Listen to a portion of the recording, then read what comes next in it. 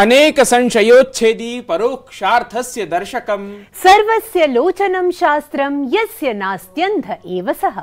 अयि अध्ययनशीलाः नित्यं शास्त्रावगाहने लीनाः संस्कृत कार्यक्रमेभ्यः दत्तावधानाः विद्वांसः दर्शकाः संस्कृत जगतः प्रसिद्धे एतस्मिन् वार्तावली कार्यक्रमे अहं गवीश द्विवेदी सादरं सश्रद्धं च स्वागतं करोमि। सुहृद दर्शकेभ्यः ग्रन्थावगाहिभ्यः च अहं सत्यप्रिया अपि नमनाञ्जलिं प्रस्तौमि। दर्शकाः जानन्ति एव भवन्तः वार्तावल्याः प्रत्येकस्मिन् अंके ज्ञानवर्धनाय प्रस्तूयते सुभाषितम् एकम्। न केवलं ग्रन्थाधारितस्य ज्ञानस्य वर्धनाय अपितु अनुभववर्धनाय अत्यन्तम् उपयोगी भवति एतत् सुभाषितम्। अद्यापि तादृशमेव शस्त्रशास्त्रविद्ययोः प्रबोधकम् अस्ति सुभाषितम्। सत्यम्। अवलोकयामः तावत् अद्यतनं सुभाषितम्। विद्या शस्त्रं च शास्त्रं च द्वे विद्ये प्रतिपत्तये आद्याहास्याय वृद्धत्वे द्वितीया द्रियते सदा। शस्त्र और शास्त्र ये दो प्राप्त करने योग्य विद्याएं हैं। इनमें से पहली अर्थात शस्त्र विद्या को वृद्धावस्था में प्राप्त करना हास्यास्पद होता है, पर दूसरी अर्थात शास्त्र विद्या तो सदैव आदर ही दिलाती है। Knowledge of the holy texts and the knowledge of wielding weapons are worth gaining. But in old age, people will laugh if one starts learning armed combat, while the knowledge of holy texts will always be considered praiseworthy. शिक्षा परम अस्ति एतत् सुभाषितम्। एतेन खलु शास्त्राणां सार्वकालिकं माहात्म्यं सिद्ध्यति। गवीश, ननु जगति अस्ति माहात्म्यं विविध विषयाणां। तत्र नास्ति सन्देहः। तदर्थमेव माहात्म्यभरिताः चिताः काश्चन देश वैदेशिक्यः वार्ताः अत्र प्रस्तूयन्ते प्रवाहि वार्तारूपेण।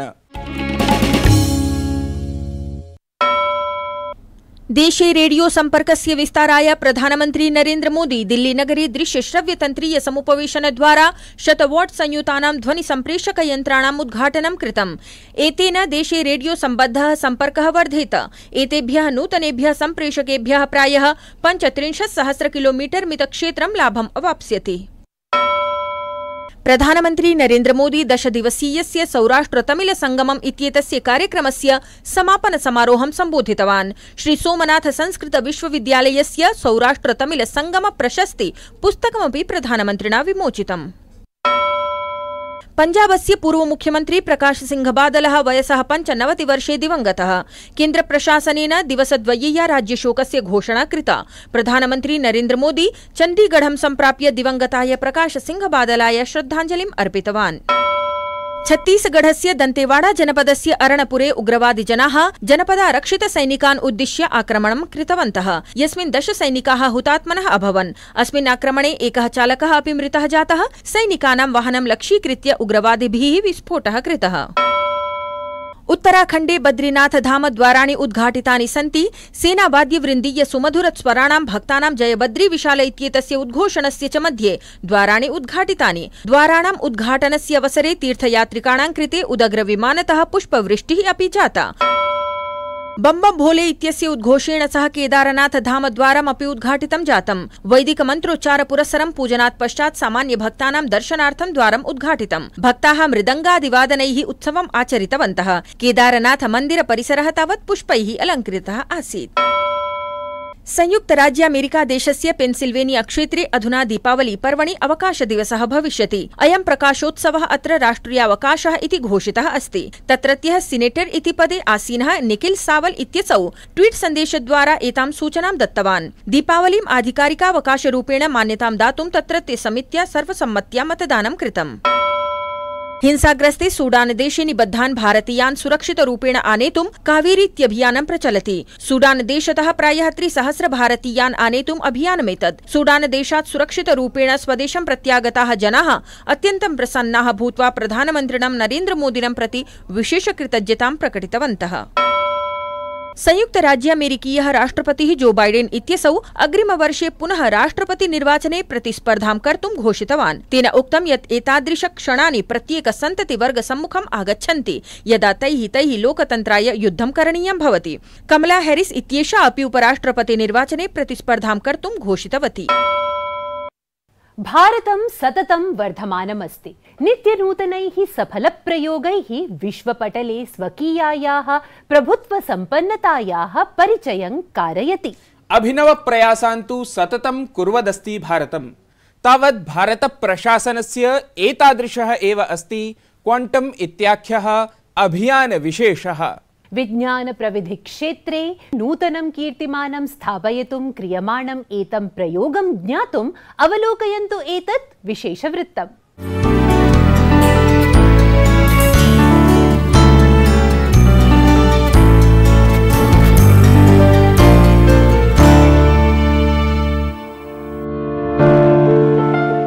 अचिरम् एव प्रधानमन्त्रिणः नरेन्द्र मोदिनः नेतृत्वे केन्द्रीय मन्त्रिमण्डलेन नेशनल क्वांटम मिशन इत्येतस्मै क्वांटम प्रौद्योगिक्याधृताय अभियानाय सहमतिः प्रदत्ता। विज्ञान प्रौद्योगिकी मन्त्रालयद्वारा सञ्चालितेन एतेन अभियानेन सह भारतं सकले विश्वे सप्तमं राष्ट्रं जातं यत्र स्वतन्त्ररूपेण क्वांटम इत्येतत् प्रौद्योगिक्याधृताभियानं प्रचलिष्यति। This national quantum mission is going to give India a quantum jump in the world arena. There are only 6 countries so far who have this technology, which means that they are Finland, Austria, France, but they are also in the R&D stage. None of them has actually started the application of it, and therefore we are also going to be at par. पहले क्या होता था, जब भी हम computer के next level पर जाते थे तो अन्य देश पहले से ही उसको अप्लाई कर चुके होते थे, whether it was GPS, whether it was other means. Here we are now at par. Quantum यांत्रिकी भौतिक विज्ञानस्य एका शाखा अस्ति या पारमाणविक स्तरे उपपारमाणविक स्तरे च पदार्थानाम् ऊर्जायाः व्यवहारं वर्णयति। NQM इत्येतस्य अभियानस्य अन्तर्गतं क्वांटम प्रौद्योगिक्याः प्रयोगः संगणकीय क्षेत्रे भविष्यति।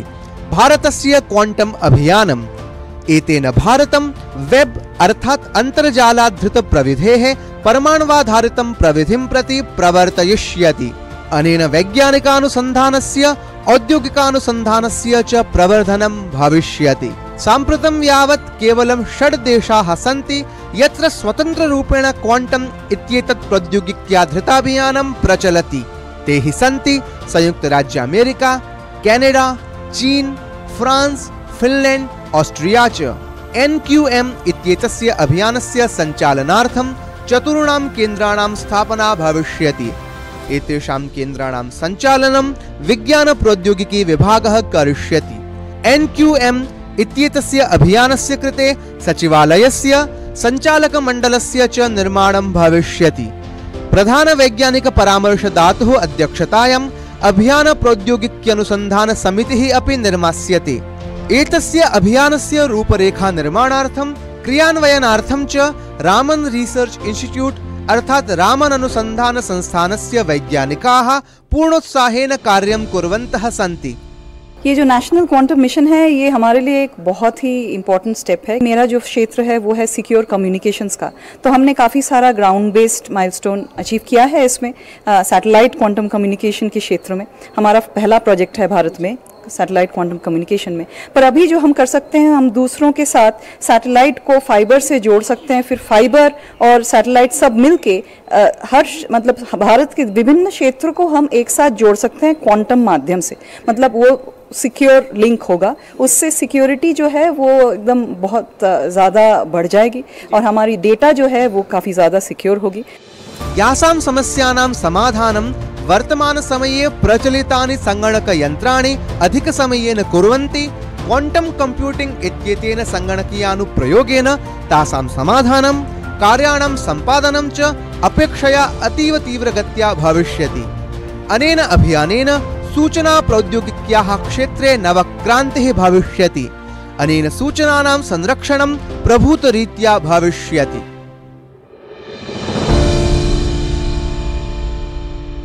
भारतं विकासस्य दिशायाम् अनुदिनम् अग्रे प्रवर्धते। क्रायोजेनिक एंजिन इत्यस्य निर्माणकेन्द्रस्य स्थापना भवेत् उत वा तेजस योद्धृविमान सदृश स्वदेशीय रक्षा प्रणालीनां निर्माणं भवेत्। भारतं विज्ञान प्रौद्योगिक्योः क्षेत्रे नूतनानि कीर्तिमानानि रचयति। एतस्मिन् एव क्रमे नेशनल क्वांटम मिशन इत्येतत् अभियानं क्वांटम संगणकीय क्षेत्रे एकः नूतनः पदक्षेपः अस्ति। एतेन वित्त, रक्षा, स्वास्थ्य, संचारान्तरिक्षोर्जा प्रभृति क्षेत्रेषु प्रभूतं साहाय्यं भविष्यति। समग्रतः एतेन digital India, make in India, startup India इत्येतेषु अभियानेषु अपि अधिकं योगदानं भविष्यति। अथ भारतम् इतोपि आत्मनिर्भर स्वरूपं प्राप्य विकास प्रकाशान्वितं भविष्यति।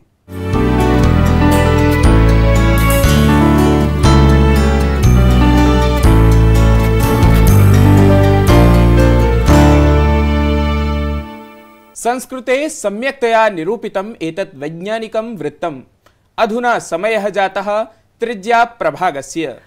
एतस्मिन् प्रभागे अद्य संवादाय उपस्थितः अस्ति प्रथितयशाः शिल्पज्ञः, यः अनन्तरकाले इतिहासलेखकः अपि संवृत्तः। एतादृशः गुणगौरवशाली अस्ति आभास मालदहियार महोदयः। आयान्तु पश्यामः इतिहासज्ञेन सह साधितं संवादम् एतम्।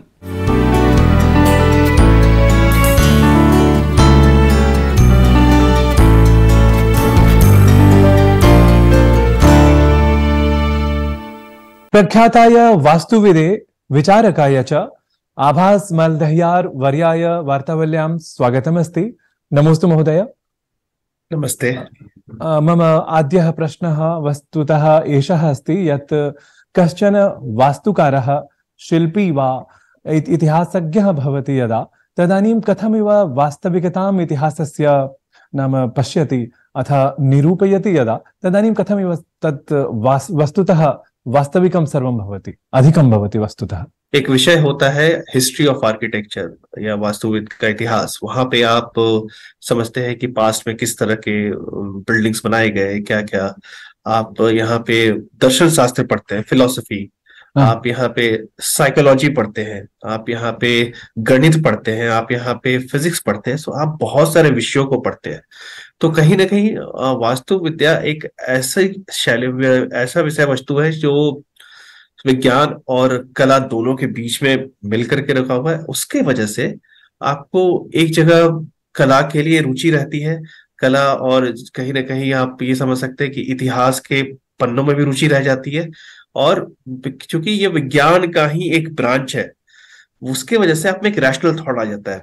तो अगर एक वास्तुविद या फिर वास्तुविद अगर इतिहास में घुस रहा है, तो वो इतिहास को बड़े ही साइंटिफिक वे में या फिर विज्ञान के दृष्टि से काफी लॉजिकली देखने की कोशिश करता है। तो मुझे हमेशा ये मेरे लिए काफी सहज हो जाता है कई एस्पेक्ट पे कि कई बार मैं अपनी आइडियोलॉजी या विचारधारा को हावी नहीं होने देता हूँ और इतिहास को मैं बहुत ऑब्जेक्टिवली देख पाता हूँ। क्योंकि ये कहीं ना कहीं वास्तुविद एक विज्ञान का ही भाग है या सो इस वजह से कहीं ना कहीं मुझे हमेशा ये लगता है कि अगर जो वास्तुविद है वो इतिहास में और भी आगे आएंगे तो इतिहास के लिए भी बहुत कुछ अच्छा हो सकता है। और आप भवनों को स्टडी करके जो जितने भी भवन पीछे पहले पढ़े क्रिएट किए गए थे उसको वास्तुविद ज्यादा अच्छे से समझ सकते हैं। चाहे हमने राम जन्मभूमि के समय पे भी देखा था, उस समय के मोहम्मद जैसे लोगों ने आज जो आर्कियोलॉजिस्ट थे उन्होंने आर्किटेक्चर या वास्तुविद से ही बहुत कुछ स्टैब्लिश किया था कि ये किस एरा के स्ट्रक्चर है, क्योंकि आप समझ सकते हो कि वो किस एरा की बात हो रही है। क्योंकि एक समय विशेष में आप एक विशेष मेथड से ही कंस्ट्रक्शन करते हैं। सो कहीं ना कहीं वास्तुविद्या एक बहुत बड़ा सोर्स है समझने के लिए कि उस समय क्या था और कौन किस समय से बिलोंग करता है। सत्यम। वस्तुतः आग्रह पूर्वाग्रह दुराग्रहादिभ्यः दौर्यं यद्भवति तदानीमेव वस्तुतत्वं वास्तविकं यत् तथ्यं भवति तद् उद्घाटितं भवति, यथा भवता एव उक्तं।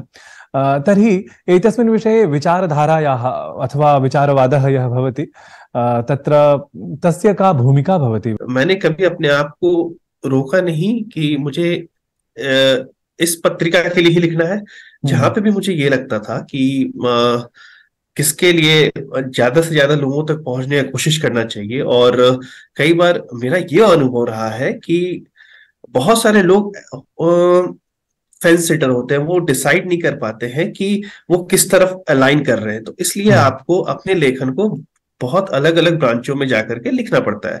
तो मैंने बहुत जगह के लिए, बहुत तरह के पत्रिकाओं के लिए लिखा, और मैंने बहुत सारे वस्तु विषय को टच करने की कोशिश किया। उसमें से इतिहास हमेशा से ही एक महत्वपूर्ण अंग रहा है, जहां मैंने स्पेशली मुगल कालीन इतिहास, वो मेरे बहुत ही विशेष रुचि का विषय रहा है। मैंने बहुत बार कुछ ऐसे विषयों को भी छूने का कोशिश किया है जहां पे मैं ये दिखा सकूं कि इतिहास में कैसे मिथ्याएं क्रिएट होती हैं, कैसे मिथ्याएं बनाई जाती है। जैसे मैं अगर एक उदाहरण देना चाहूं तो हमेशा से अकबर को बड़ा महान हम मानते आए हैं, और बहुत सबसे आयरनिकल पॉइंट ये है कि अकबर जो नाम है, अकबर उनका नाम नहीं था। अकबर का अर्थ होता है महान होना, और ये टाइटल भी अकबर ने खुद दिया था। जब उनका राज्याभिषेक हो रहा था तो ये उनके खुद के जो हिस्टोरियन है, जो इतिहासकार है अबुल फजल, उनकी लेखनी में वो बता रहे हैं कि अकबर ने खुद को, जलालुद्दीन मोहम्मद ने खुद को अकबर बुलाया था। इस तरह के बहुत सारे मिथ्या हैं जो हमारे इतिहास में डाले गए हैं। जैसे मुगल काल ने हमको बहुत समृद्ध बना दिया था, लेकिन मुगल उस दौर में आए जब भारत ऑलरेडी बहुत समृद्ध था। जैसे तो 1000 AD में, 1000 AD में भारत की जो GDP शेयर थी वो तकरीबन 1/3 थी पूरे विश्व की। 1500 ईस्वी के आसपास वो हो गई 1/4, वो अपने आप हो गई है। तो मुगलों ने आकर के कुछ किया नहीं, उन्होंने कुछ नहीं किया। और उसके बाद हमारी GDP शेयर जो थी पहली बार चाइना से बहुत कम हुई मुगल दौर में, वो कि अकबर के दौर में। और तो इन सब बिंदुओं पे मैं काफी फोकस करना चाहता हूँ मैं अपने लेखनियों में। और मेरा उद्देश्य हमेशा से यही रहा है कि ये किसी के ना अगेंस्ट है, ना किसी के लिए है, परंतु ये इतिहास के लिए है। क्योंकि इतिहास को हमको कुछ नहीं देना है, हमको इतिहास से लेना है। संस्कृति गौरवं भवान् एवं वर्धयन् अस्ति। तर्हि नमामि गंगे इत्येषा परियोजना आसीत्। वस्तुतः तत्र भवान् संयुक्तः इति यथा अहं ज्ञातवान्, तत्र वास्तुविद्रूपेण भवदीयं योगदानं किम् आसीत्, तस्मिन् विषये अहं ज्ञातुकामः। जब ये प्रोजेक्ट बताया गया, प्रोजेक्ट की ब्रीफिंग हुई, और वो काफी एक्साइटिंग था। जब हमने डेटाज वगैरह देखना शुरू किया तो वो और भी उत्साह आया उसमें, क्योंकि ये मैं जान करके दंग रह गया कि जो गंगा बेल्ट है, जो गंगा बेसिन है, दैट वो almost 1/10 of population of world, जो वर्ल्ड विश्व की 10% ऑफ पॉपुलेशन है, उसको सस्टेन करती है। सो गंगा का वो महत्वपूर्ण योगदान है। और लेकिन जब वहां पे इश्यूज को हम लोगों ने देखना शुरू किया तो मैं दिल से काफी व्यथित हो गया था, क्योंकि गंगा को हम माता की तरह मानते हैं। और इनफैक्ट जब मोदी जी का जो मैंने वो भाषण भी सुना, जब उन्होंने गंगा का महत्व बताया था, और उसके बाद मैंने अपने ट्रेडिशंस वगैरह को पढ़ना शुरू किया, आपके जन्म से लेकर के आपके अंतिम संस्कार तक गंगा का बहुत महत्वपूर्ण योगदान है। लेकिन तो ऐसे में हमने ऐसा क्या किया कि गंगा के जितने भी घाट हैं वो इतने दूषित हो गए, या फिर आप दिल, शायद आपको हृदय से वहां पे जाने की इच्छा न होगी अगर रिचुअलिस्टिक पॉइंट ऑफ व्यू नहीं है। तो ऐसे बहुत सारी चीजें थी। तो हम लोगों ने बहुत सारे इश्यूज को वहां पे एड्रेस करने की कोशिश किया। उसमें एक इशू ये था, तो हम लोग जो टास्क हमारे हाथ में था वो था प्रयागराज से वाराणसी के बीच में तकरीबन 32 घाटों के ऊपर काम करना था उसमें से, और 20 क्रेमेटोरियम। सो ये मान के चल सकते हैं 32 + 20 52 प्रोजेक्ट्स थे अपने आप में छोटे छोटे। तो घाट्स में हर जगह 3 मेजर इश्यूज थे। एक था सॉइल इरोजन, नीचे से काफी कुछ इरोड होके चला जाता है। स्टिल्टिंग मतलब रेत का जम जाना। और तीसरा बहुत बड़ा इशू था फ्लडिंग, क्योंकि अगर फ्लडिंग हो गई तो आरती कहाँ होगी, क्योंकि सब कुछ बहुत अच्छे से प्लान नहीं था। तो वहां पे हम लोगों ने कुछ ऐसे स्ट्रेटेजीज लगाने शुरू किए कि कुछ भी हो जाए आरती बदलनी नहीं चाहिए, आरती होनी ही चाहिए। तो उसके लिए हम लोगों ने अलग अलग जगह पे प्लेटफॉर्म्स बनाए। हम लोगों ने कुछ ऐसे मेथड्स लगाए जैसे रिटेनिंग वॉल वगैरह बना करके आप पानी को रोक सकते हैं तो नीचे से चीजें इरोड ना हो, हमने रिटेनिंग वॉल्स वहां पे लाया। और एक बहुत इंपॉर्टेंट जो एस्पेक्ट था वो ये था कि हमने घाटों को एक पब्लिक स्पेस बनाने का कोशिश किया, क्योंकि जब तक हमें सेंस ऑफ बिलोंगिंगनेस या फिर हमें ऐसा महसूस नहीं होगा कि ये चीज हमारा है, हम उसके प्रति ध्यान नहीं देंगे। तो हम लोगों ने उसको बिल्कुल, अगर अंग्रेजी भाषा में कहा जाए तो एक कैफे स्पेस की तरह डेवलप किया कहीं ना कहीं, और जहाँ पे युवा आकर के बैठ सके, वाईफाई स्पॉट्स वगैरह हो, एक कंप्लीट अर्बन डिजाइन इंटरवेंशन था कि जैसे कैसे जो पूरी जनता है वहां आकर के बैठ सके, वो हर कुछ कर सके, और साथ ही साथ जो ट्रेडिशन है वो हमारा टूटना नहीं चाहिए। अगर बाढ़ आए भी तो उससे इफेक्ट नहीं होना चाहिए। ऐसे बहुत सारे बिंदु थे जिसपे काम किया गया था।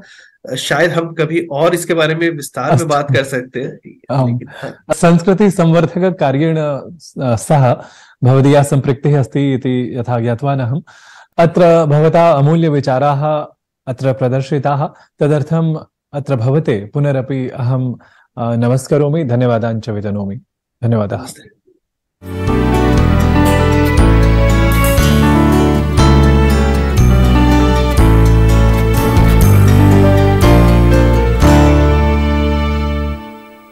अत्यन्तं शोभनः एषः संवादः। गवीश, अधुना समयः अस्ति चिरप्रतीक्षितस्य स्पर्धागीतपरिणामस्य। स्पर्धा एषा विजिता अस्ति गुरुग्रामवास्तव्येन डॉक्टर CR नागपालवर्येण। सुमधुरस्वरे च गीतमेतत् स्वरनिबद्धं कृतवती यशश्रीः जोशीः। वर्धापनानि उभाभ्याम् अपि।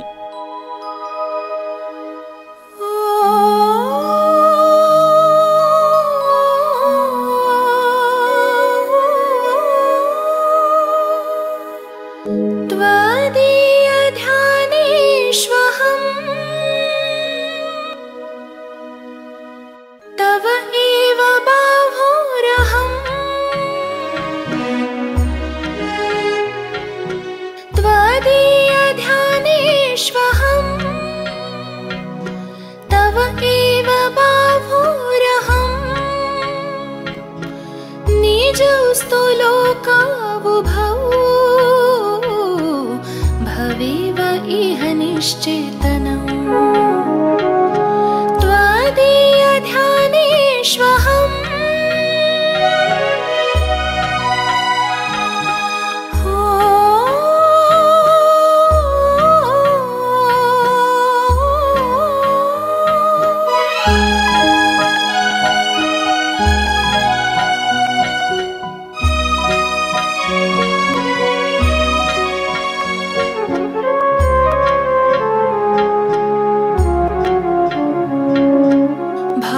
अस्म्यहमुषसो वै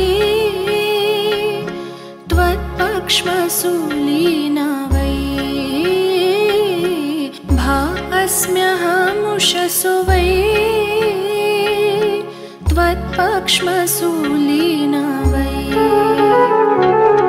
उन्मीलितनयनो यदा अहमेव तारास्था वै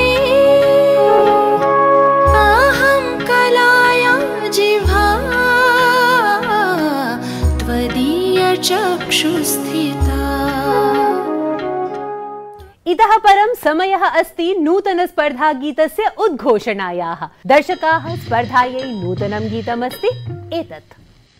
पंछी प्यारे सांसकारे बोले तू कौन सी बोली बता रे, बोले तू कौन सी बोली। ओ पंछी प्यारे सांसकारे बोले तू कौन सी बोली बता रे, बोले तू कौन सी बोली। जानन्ति एव भवन्तः दर्शकाः यत् एतस्य नूतन गीतस्य मौलिक संस्कृतानुवादः अस्मभ्यं मे मासस्य 8 दिनाङ्कं यावत् प्रेषणीयः। तदनन्तरं विजेतुः उद्घोषणा मे मासस्य 13 दिनाङ्के भविष्यति। सत्यप्रिये, आगतम् अङ्कावसानम्। एतच्च अवसानं नूतनाङ्क सज्जतायै आरम्भरूपं भवति। चलामः तावत् नूतनाङ्क सज्जतायै। भवन्तः दर्शकाः अपि सानन्दं स्वकार्य निरताः सन्तः आत्मानम् आतपात् रक्षन्ताम्। आगामिनि अंके च पुनः मेलिष्यामः। नमो नमः।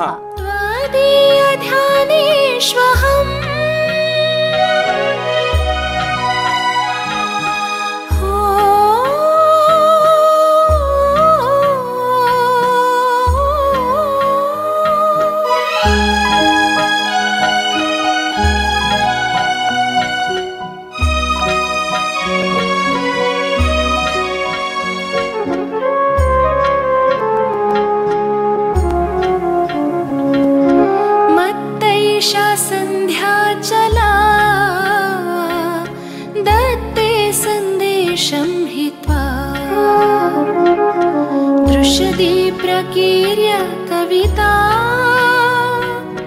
प्रणतिर्मदीया हित्वा यत्रासि त्वं तत्र